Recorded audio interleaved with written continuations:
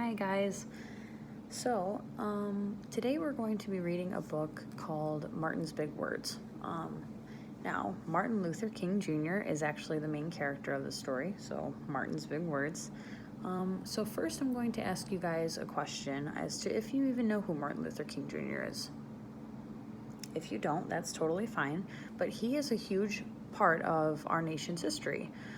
He was a black civil rights activist who stood up for African Americans and stood up for segregation.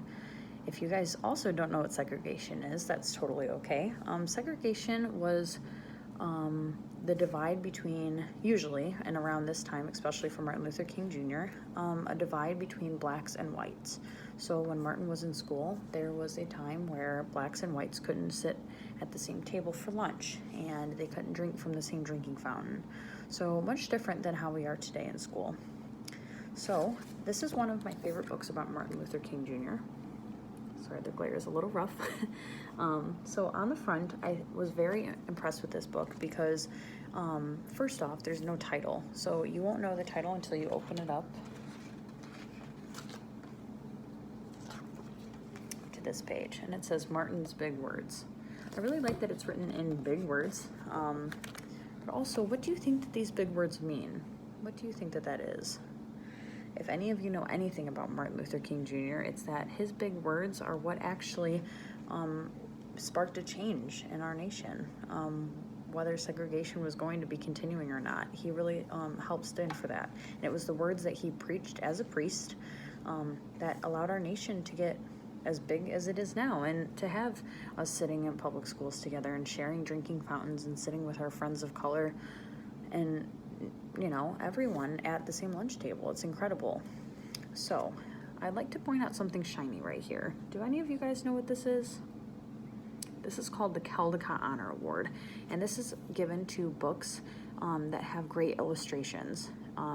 So being a silver medalist is just like silver and everything else. So this is a great book. So like I said, it starts with an illustration. Now inside, Martin's big words are expressed.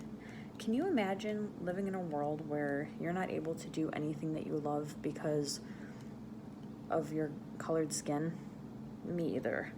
But Martin Luther King Jr. really preached love and not hate.